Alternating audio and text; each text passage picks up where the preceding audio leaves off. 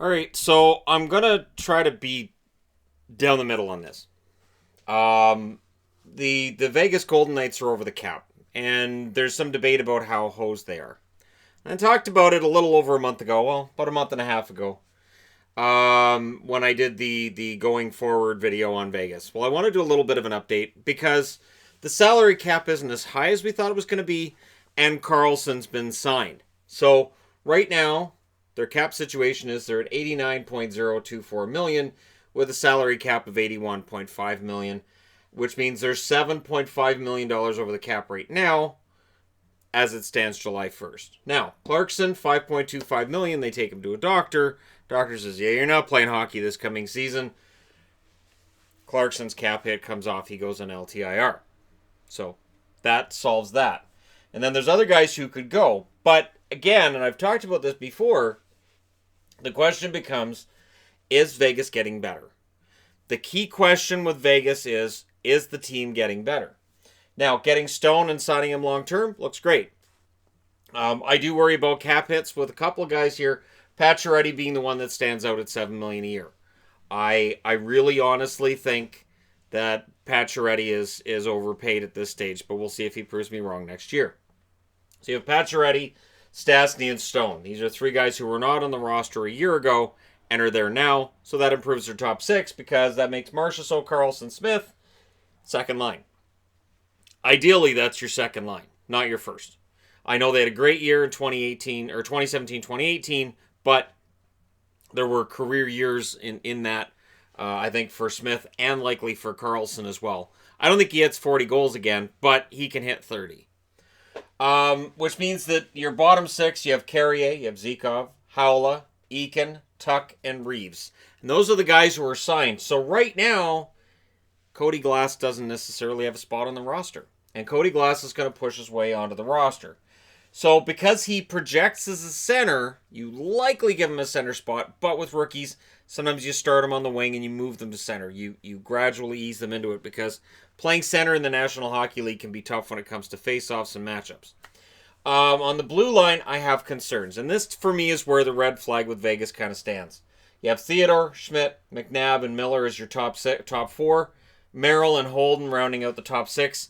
And Haig is hanging around as a prospect who may very well push for a job in the fall. Of players who are signed. Notice that. Fleury and Dansk are the goaltenders currently signed who are highest in the organization. There was a qualifying offer for Fucali. And it looks like at this point that Legace is going to go as a UFA. Thanks for your help in the first two seasons this team's existed. And for Legace, he probably doesn't end up playing in the NHL anymore after this, but did some yeoman's work when he did play. Now, out, Belmar, Carpenter, Peary, and England. And it doesn't look like there's a way back for three of them, although while the fourth one is England, and I could see them bringing him back in some capacity, I could also see them circling back on Belmar and leaving him on the fourth line.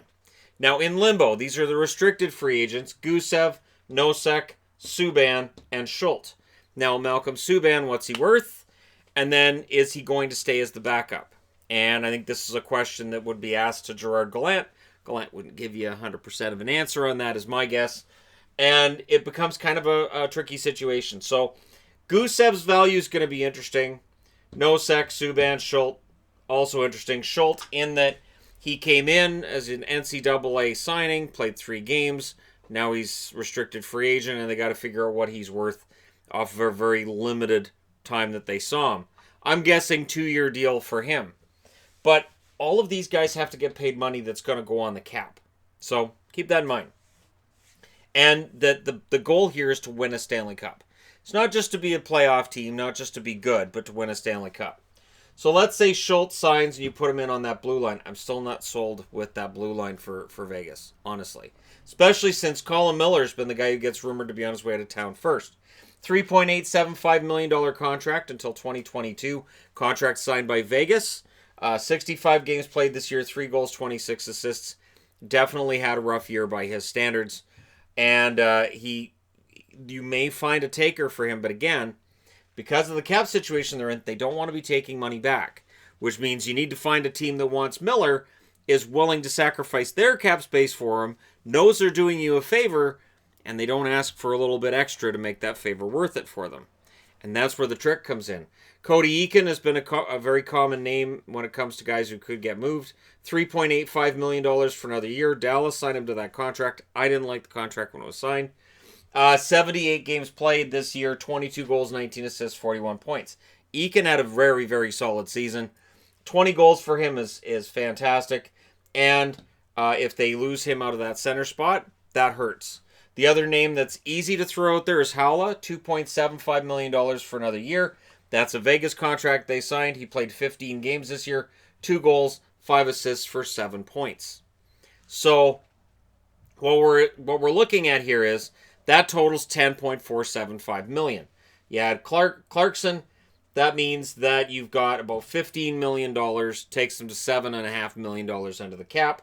You assign Gusev, Nosek, Subban, and Schultz. In any mix of the bunch, probably take about $4 million off. You probably got about $6 million in cap space. But again, the key question for me is, are they getting closer? Do you look at Vegas and say, yes, this coming season, they will be one of the best teams in the West, and they can beat the juggernauts. They can go into a series against a St. Louis Blues team playing that style, and they can beat that team. Because one concern I have is when they're shedding these salaries to keep everything intact, they're building up a team that has some very highly paid guys at the top, and you're going to have guys on entry-level contracts on the other end. And this is where your depth becomes massively important. This is where, and it'll be the first time since they joined the league, that we'll see just how well they're developing their players. This is where rookies can come in and we can say, okay, this is how well Vegas is developing their players. So that means guys like Glass, a guy like Haig, for instance, and we'll see just how well these players are being developed by the Vegas Golden Knights. They're saying all the right things, and of course, what's McCrimmon going to say? He's going to stand there and go, yeah, we're hosed under the cap. It's going to be tricky. I think they worked really hard on moving Clarkson's cap hit. I think if it was going to go, I think it probably would have gone at the draft. But, we'll see. Because even though they can put this on LTIR on July 1st, just doctor's note, look, he's not playing, done. There's still a lot of work left to be done for Vegas. And again, and I can't stress this enough, the question becomes, is it a Stanley Cup winning roster? Is that what could be projected for it? Because when you're spending to the cap, you want to be a really, really good team. I know it was really frustrating for me as a Canuck fan at one point to see the team at the cap and not competitive. And I know Oiler fans have been stressed about that too.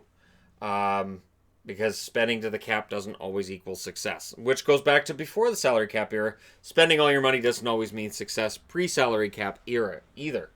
So let me know what you guys think in the comment section below. Again, this roster only includes players who are currently signed to contracts. This is your guys who are in limbo that are restricted free agents, who will see whether or not they sign and come back. I can't see Nosek going anywhere else because I don't think Zikov's an NHL level player. Not every night anyways. He can play, I would say 30, 35 games if you need him to, but I don't see him as an every night guy. And it'll be interesting to see what they do. Because there are parts they could move, but then it's what do you get back? So let me know what you guys think in the comment section below as always. Don't forget to hit like and subscribe if you're browsing your way through. You just happened upon this video, and I know people are going to say do this for everybody. We'll get into the how good is it, how bad is it series as the summer goes on. I wanted to do this before July 1st because of all the teams in the league going into July 1st that may or may not be in the free agent market, Vegas is not. So July 1st, there's going to be a lot of excitement about who signs where and who looks better. The good news for Vegas is the teams that sign the big name free agents usually don't end up being the teams that win the Stanley Cup. So as much excitement as might be thrown out there, it's about spending money wisely, not necessarily spending the most. And can Vegas do both? Spend the most and spend it wisely. Let me know your thoughts as always, and I'll talk to you again soon.